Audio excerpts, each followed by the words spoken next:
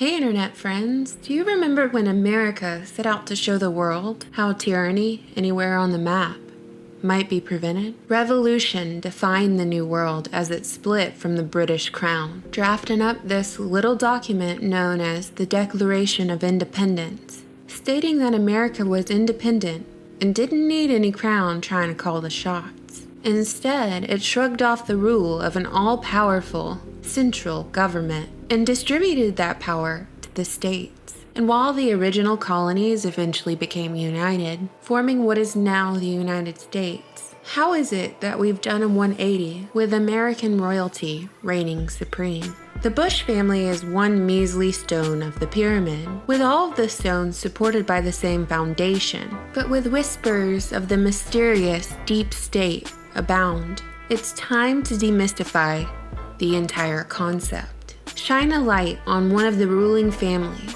the secrets they've attempted to bury, and discuss why this information is important for everyone to consider. We have before us the opportunity to forge for ourselves and for future generations a new world order, a world where the rule of law, not the law of the jungle, governs the conduct of nations.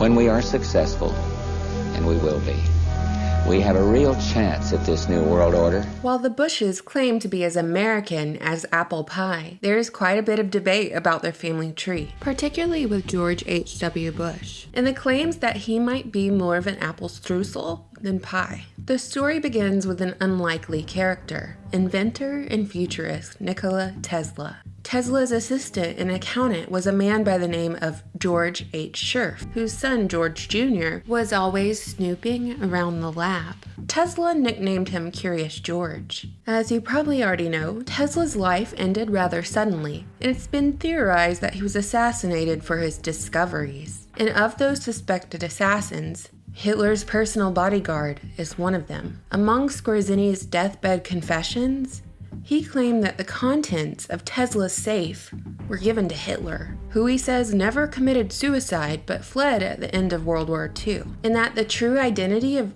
George H.W. Bush was actually George H. Scherf, Jr., the son of Nikola Tesla's illegal immigrant, German-born accountant, George H. Scherf Sr. Skorzeni's account was supplemented by a shoebox of photographic evidence. Whether former U.S. Senator Prescott Bush is George H.W. Bush's real or adoptive father, the Hitler-Bush connection still remains. Prescott Bush was a director and shareholder of companies that profited from their involvement with the financial backers of Nazi Germany. This was a job he was given by his father-in-law, George Herbert Walker, a banker. While George Herbert Walker was educated at a Jesuit boarding school in England, Prescott, George Sr., and George Jr. became bonesmen at Yale, joining the secret society known as Skull and Bones. The videotape provides a grainy glimpse into what appear to be the initiation rituals of a secret society that's been around since 1832, whose members have gone on to be leaders of Wall Street and the White House, the Senate and the Supreme Court. What they captured, they say, was initiates, known as neophytes, being forced to kiss a skull, then members performing a mock killing. Interestingly enough, if we follow the post-World War II timeline, we see that the CIA was created in 1947.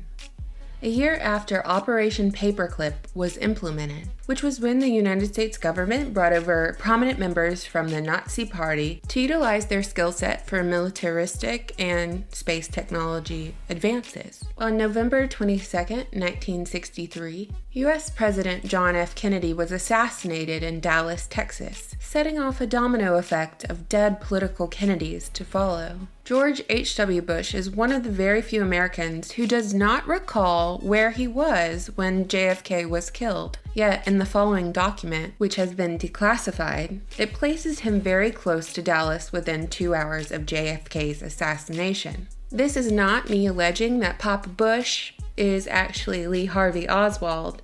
It's just me pointing out an interesting coincidence. Another interesting coincidence is how George H.W. Bush later became the director of the CIA and is still to this day the only president who held CIA leadership. What experience did he have that made him an ideal candidate for CIA leadership? Keep in mind that the CIA has implemented horrible programs on US citizens, programs which have been revealed by declassified documents. Here are some examples. Project MKUltra, also referred to as the CIA's mind control program, Operation Mockingbird, or the manipulation of news agencies for propaganda purposes. The CIA has infiltrated and dismantled foreign governments and installed puppet leaders throughout history. And that's only the stuff we know about from declassified documents. Allegations of a child prostitution ring took place during Bush Sr.'s presidency, involving prominent citizens of Nebraska in the upper echelon of the U.S. government, including President H.W. Bush. Other claims involved accusations of a cult of devil worshippers involved in the mutilation, sacrifice, and cannibalism of numerous children, supported by testimonies of surviving victims. This wouldn't be the first or the last time that the Bush family was accused of generational Satanism, a term that makes non-believers roll their eyes, usually invoking visions of a little red man with horns and a tail. But is it so hard to believe that there is a sect of folks who smile and shake your hand at church on Sunday, but for the rest of the week see themselves as gods among men, putting their desires and their pleasure on the forefront, getting a thrill from exercising their power over others, especially the innocent, and mocking everything Christ stands for? News agencies have successfully convinced a portion of the population that terrorists shout Allahu Akbar and crash planes into buildings and detonate themselves in concert halls on behalf of their religion. Yet people still shrug off Satanism like it's some fictitious tale. The allegations of a child prostitution ring became known as the Franklin Scandal, and is still regarded by many as malicious gossip. Numerous deaths of those close to the case were under suspicious and violent circumstances. For example, Gary Caradori, the chief investigator for the Legislative Franklin Committee, told associates days before his death that he had information that would blow the case wide open. He and his son died when his plane crashed on July 11, 1990.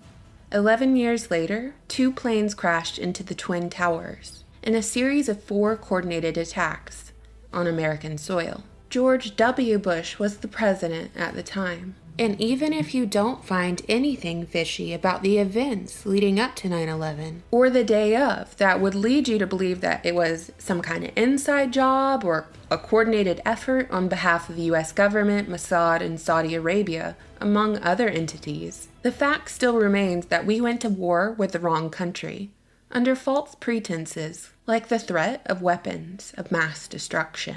The War on Terror was declared by President Bush in 2001 and still continues to this day, as Americans drop bombs on an enemy of many faces, fragmenting not only the Middle East, but the psyche of the American soldier, who is simply taking orders from old men sitting in a White House. From where I'm sitting, the war on the American people was declared long ago. And this shadowy deep state that everyone keeps talking about is nothing new, just a clever rebrand to misdirect the general populace from what's really taking place. I would say that the shadow government, or the deep state, is our government, the same tyranny we declared independence from long ago. What do you think? Let me know. I look forward to reading your comments, and as always, thank you so much for subscribing and watching and supporting my channel on Patreon. I hope you all have a wonderful day. Bye!